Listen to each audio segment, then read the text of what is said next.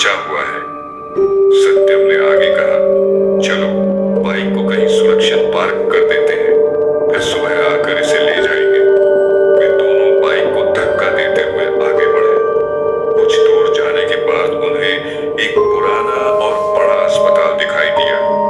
अस्पताल के चारों ओर ऊंची बाउंड्री बनी हुई थी। आर्यन ने कहा, देख, हम यहाँ अपनी बाइक पार्क कर देते हैं। ये अस्पताल बहुत पुराना लग रहा है, शायद यहाँ कोई नहीं आता होगा। सत्यम ने सहमति में सिर हिलाया।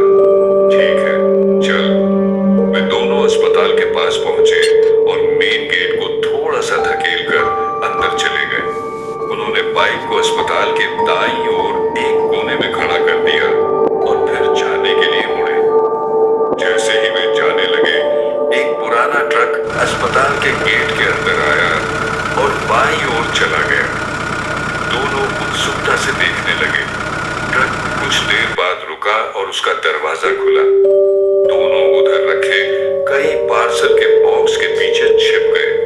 दरवाजे से एक आदमी बाहर निकला जिसने हरे रंग के डॉक्टर वाले कपड़े पहने थे।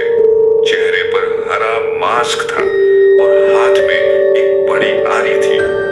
उसके कपड़ों पर खून के धब्बे थे, जैसे उसने अभी अभी किसी का कत्ल किया हो। वो आदमी धीरे धीरे ट्रक के पीछे आया और ट्रक का पिछला दरवाजा खोला। दरवाजा खोलते ही अंदर ढेर सारी लाशें दिखाई दी। उस आदमी ने उनमें से एक लाश उठाई और उसे अपने कंधे पर डालकर अस्पताल के अंदर चला गया। यह नजारा देखकर सत्यम और आर्यन के रोंगटे खड़े हो गए। वो इतना डर गए कि मानो उनका दिल अब भी सीने से बाहर निकल आए। आर्यन घबरा कर फुसफुसाया, भाई, हमें यहाँ से भागना चाहिए। जैसे ही वे भागने के लिए मुड़े, सत्यम का पैर एक पार्सल बॉक्स से टकरा गया। बॉक्स गिरते ही जोर की आवाज हुई। तभी अचानक अस्पताल के अंदर की लाइट्स जलने बुझने लगी। दूर से किसी के तेजी से चलने की आवाज आई।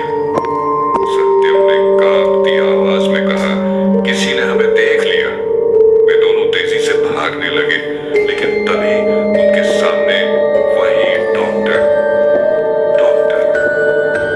जेफ आ गया।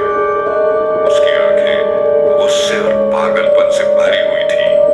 उसने अपनी आरी को घुमाया, जिससे एक डरावनी आवाज गूंज उठी। वो आवाज पूरे वातावरण में गूंज उठी, तुम लोग यहाँ क्या कर रहे हो? उसकी आवाज गहरी और ठंडी थी। वे दोनों पीछे हटने लगे, लेकिन तभी पीछे से किसी ने सत्यम को खींच लिया। आर्यन चिल्लाया, सत्यम!